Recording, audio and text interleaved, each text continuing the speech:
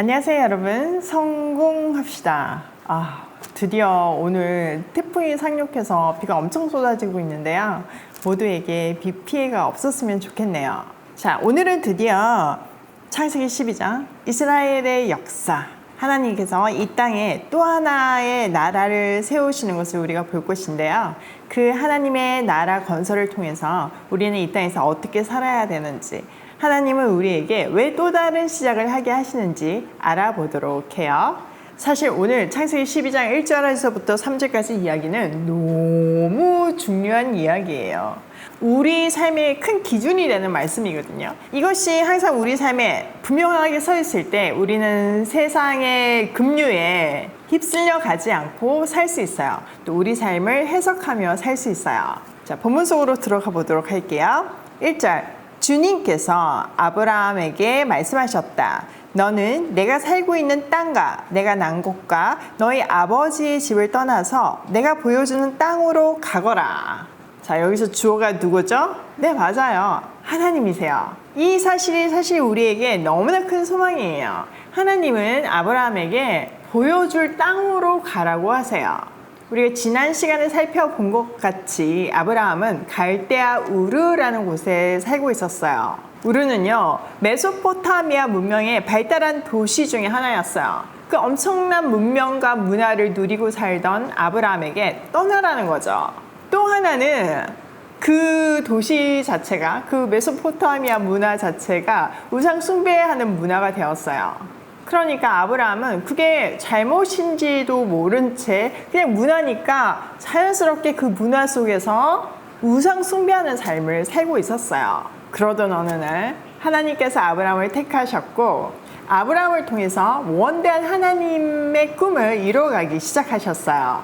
사도행전 7장 스데반의 설교에서 보면요, 이미 메소포타미아 우르에서 하나님께서 아브라함에 나타나셨다는 것을 강조하고 있어요. 사실 우리가 11장에서 보면 아브라함의 아버지인 데라한테 메시지가 주어진 것 같잖아요. 근데 그거는 당시 부족 사회인 것을 생각하면 아무런 문제가 되지 않아요. 아브라함에게 메시지가 주어져도 데라인 아버지가 주도할 수밖에 없는 상황이었던 거죠. 근데 실제는 이렇게 아브라함에게 영광의 하나님이 나타나시고 말씀하기 시작하심으로 하나님의 꿈이 아브라함을 통해 이루어지심이 시작되었어요. 자, 1절에서 보니까 아브라함에게 하나님은 땅을 약속하셨어요. 비록 내가 직접 땅을 주겠다 이렇게 표현되어 있지는 않지만 땅으로 가라 라는 말 속에 땅을 기업으로 주시겠다는 약속이 내포되어 있어요. 더 확실하게 보면 15장 7절에 보면 하나님의 아브라함에게 너에게 이 땅을 주어서 너의 소유가 되게 하려고 내가 너를 바빌로니아의 우르에서 이끌어내었다 라고 말씀하시잖아요. 그러니까 벌써 1절에서 땅을 너한테 주겠다 이렇게 약속하신 거죠. 그러니까 1절에 가라 라는 말은 바로 그곳을 내 소유로 주겠다는 말과 같은 말이에요.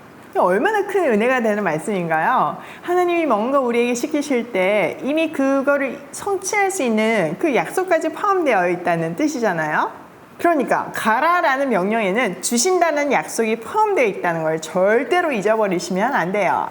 이런 원리 때문에 우리가 하나님의 말씀에 순종할 때 우리의 삶에서 하나님의 꿈이 반드시 이루어지는 거죠. 내 능력과 내 소유의 그 꿈의 성취하고 상관이 없어요. 내가 가진 것과는 차원이 다른 하나님 스케일의 꿈이에요. 오이 패밀리가 진짜 그 증거이지 않나요? 저는 진짜 하나님께서 저한테 한국으로 가라 라고 말씀하셨을 때 이 오이 패밀리에 대한 약속이 있는 줄은 진짜 상상도 못했어요. 자, 그런데 여기 가라에는요, 내려놓음이 필요해요. 아브라함이 내려놔야 하는 것은 고향과 친척이었어요. 이 말은 안정되고 보장된 삶을 떠나야 한다는 뜻이죠. 갈대아 우르는 발달된 도시였고 그가 누리는 것들은 정말 많았겠죠. 무엇보다 안정된 삶이었잖아요. 그런데 하나님의 말씀에 의지해서 새로운 곳으로 떠날 때는 정말 도전이 필요했고 파란만장의 스토리가 기다리고 있었어요. 자, 그렇게 떠났지만 그 가족은 아버지 데라에 의해서 하란에 멈춰 섰어요. 하란의 지리적인 위치를 보면요, 유프라테스 강 건너기 직전에 있거든요. 그러니까 메소포타미아 문명 자체가 티그리스 강과 유프라테스 강 사이의 그 문화잖아요. 근데 그 젖줄과 같은 유프라테스 강을 넘어야지만 이제 가나안에 도착하는 거예요. 근데 당시 고대인들의 종교관으로는요, 바다를 건넌다는 것은 새로운 세계로 건너간다는 뜻이었어요. 그러니 대단히 두려울 수밖에 없죠. 그래서 그 강 앞에서 멈추고 생을 마감한 거예요. 자, 2절. 내가 너로 큰 민족이 되게 하고 너에게 복을 주어서 내가 크게 이름을 떨치게 하겠다. 너는 복의 근원이 될 것이다. 뭐 그냥 듣기만 해도 기분이 너무 좋아지고 아, 정말 이게 내 삶에 성취되면 좋겠다, 이렇게 생각하는 본문 중에 하나죠. 자, 하나님은 1절에서 땅을 약속하셨는데 2절에서는 자손을 약속하셨어요. 자, 우리가 11장에서 보니까 아브라함이 하란에 떠날 때 75세였어요. 자녀가 한 명도 없었어요. 그런데 자손을 약속하시면서 또 두 가지를 약속하세요. 첫 번째, 뭐 너 자녀 하나 낳게 할 거야, 이게 아니라 너로 큰 민족을 이루겠다고 하시잖아요. 그러니까 자손의 번성을 약속하셨어요.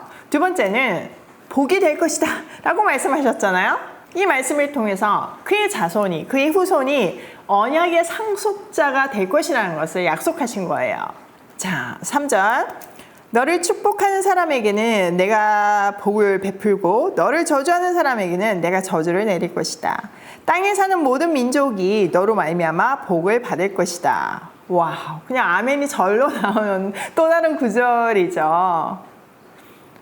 나를 저주하는 자마다 저주를 받을 것이고 나를 축복하는 자마다 축복을 받을 것이라는 말씀이 얼마나 우리한테 위로가 되나요? 너무 든든하잖아요. 근데 그런데 생각해보면요, 하나님은 사람을 처음 지으실 때 복을 주셨어요. 그러니까 사람은 복 받는 존재로 처음부터 창조되었던 거죠.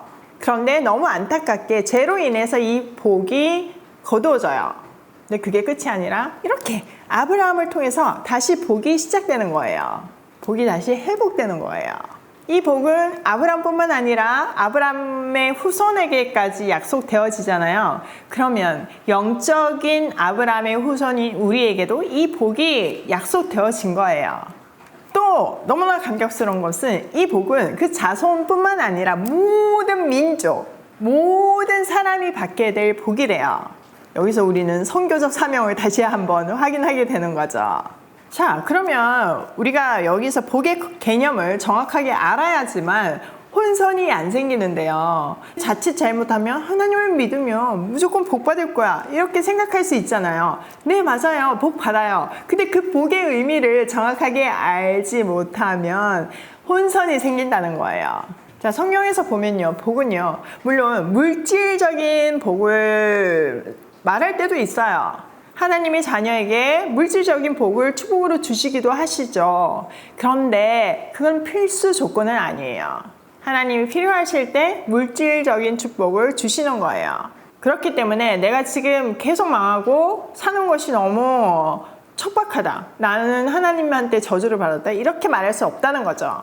그 어려움을 통해서 헤아릴 수 없는 복을 하나님은 주시기 때문이에요. 근본적으로 성경에서 말하는 복은요, 하나님을 아는 것이에요. 하나님을 아는 것이 복이 될 수밖에 없는 이유가요, 우리가 하나님을 알 때 정말 제대로 사람답게 살 수 있고 정말 제대로 나답게 살 수 있으니까요.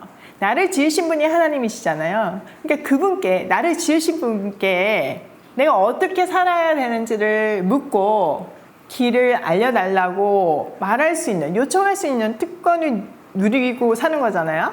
또 그 복을 알 때 우리는 하나님의 자녀가 돼요. 아버지이신 하나님께서 우리를 눈동자처럼 지켜주세요. 보호와 인도하심이 우리 삶을 늘 따라다니죠.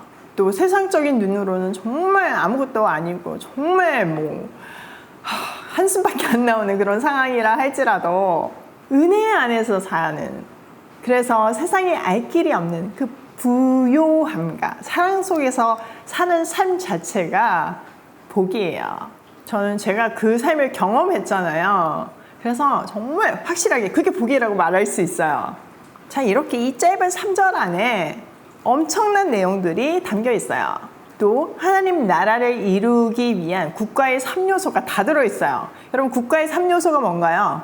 네, 국민, 주권, 영토이죠. 국민, 아브라함의 자손으로 주신대요. 영토, 가나안을 약속의 땅으로 주셨어요. 주권, 하나님이시죠.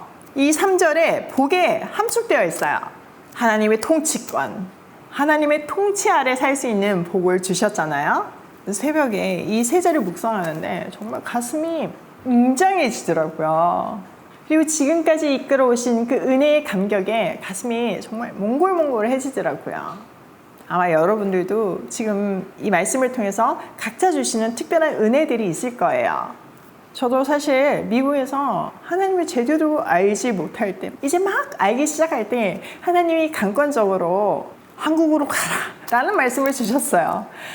그러니까 뭐 제가 신앙이 좋은 상태가 아닌데 가라 해서 온 거잖아요. 그러니까 그게 진짜 이해가 안 되는 상황이죠. 그래서 가끔 진짜 친한 분들도 진짜 왜 왔냐고 나한테만 얘기해달라고 하세요. 근데 다른 이유가 없어요. 진짜 가라고 하시니까 왔어요. 이제 막 하나님을 알게 되는 시기였는데 제게 무슨 엄청난 믿음이 있었겠어요. 당연히 없죠. 그런데 순종할 수 있었다는 것은 진짜 전적인 하나님의 은혜, 강권적인 은혜라고밖에 말할 수 없어요. 저의 미국에서의 삶은 아브라함이 갈대아 우르에서 누렸던 삶처럼 비즈니스도 안정적이고 아무것도 부러울 것이 없던 삶이었어요. 한국행이 사실 저한테는 엄청난 도전이었죠. 아마 머리로 계산했다면 절대 못 왔을 거예요. 그런데요, 그때부터 그 가라라는 하나님의 명령 안에 북한을 살리는 가정이 되라는 약속이 있었어요. 진짜 하나님께 엎드리고 은혜를 구하는 것 외에는 아무런 답이 없었던 광야길을 통해 하나님은 하나님이 누구신지를 알려주셨어요. 그 하나님을 신뢰하면서 정말 그분께 온전히 맡기고 제가 할 수 있는 일들을 최선을 다해서 성실하게 했던 것 같아요. 시간이 지나고 보니까요, 오이마켓, 오이패밀리가 생겼더라고요. 저는 오이마켓, 오이패밀리를 통해서 진짜 우리 가정이 북한을 살리는 가정이 되어가고 있구나 라는 그 약속을 확인해요. 진짜 감격 그 자체이죠. 근데 하나님의 계시는 점진적이라 이제 시간이 가면서 더 구체적으로 보이잖아요.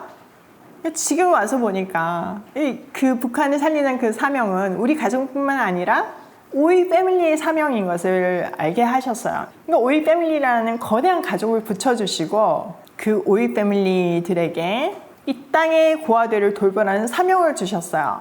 더 나아가서 통일이 되었을 때 북한의 고아들을 영과 육으로 살리는 오이 패밀리와 오이 마켓이 될 것이라고 저는 확신해요. 근데요, 진짜 솔직히 얘기하면 여전히 순간순간 그 큰 꿈을 이루기까지는 내가 너무 부족하고 과연 할 수 있을까? 이런 생각이 들 때도 많아요. 장애도 너무 많고요. 나를 보면 좌절이 되죠. 사실 요 며칠 또 좌절이 되는 거예요. 아, 진짜 이 비즈니스 세계에서 살아남을 수 있을까? 해낼 수 있을까? 그리고 그냥 지금 스케일, 지금까지 이뤄온 거에 그냥 머물고 적당히 하고 싶다는 생각이 들더라고요. 근데 딱 제가 무슨 생각하는지 완벽하게 알고 계신 하나님께서 오늘 본문을 딱 주시면서 아니다. 다시 일어나라. 네 꿈이 아니라 내 꿈을 이루는 삶을 살아라. 너의 스케일이 아니라 내 스케일대로 살아라. 이런 말씀을 주시는 거예요. 이 말씀으로 시선을 다시 예수 그리스도께 고정을 시키니까요. 다시 그 하나님의 꿈이 내 꿈이 되더라고요. 살다 보면 진짜 그럴 때 있지 않아요?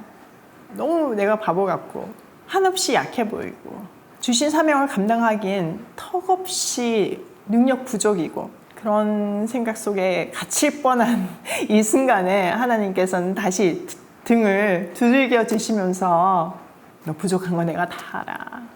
그래서 네 힘으로 하라는 거 아니야. 내가 준 약속을 붙들고 매 순간 순종할 때 어느새 그 꿈이 나의 꿈이 너의 삶을 통해서 이루어져 있을 거야. 와, 이런 마음을 주시더라고요. 여러분, 이 메시지는 여러분한테도 주시는 메시지예요. 오늘 많이 은혜 받으셨죠? 좌절 속에 계신 분들이 계셨다면 다시 힘을 내고 허리를 동이고 일어나세요. 그리고 하나님의 꿈을 이루는 멋진 인생 서로 응원하면서 살기로 해요. 자, 오늘 내용을 우리 삶에 한번 적용을 해보면 첫 번째, 가라라는 명령 안에는 주신다는 약속이 들어있다. 이게 진짜 큰 은혜예요. 두 번째, 우리의 순종을 통해 하나님의 꿈이 이루어진다. 세 번째, 그 하나님의 명령에 순종하는 것이 믿음이다. 오늘도 순종으로 하늘의 꿈을 꾸며 믿음의 발걸음으로 고싱해요.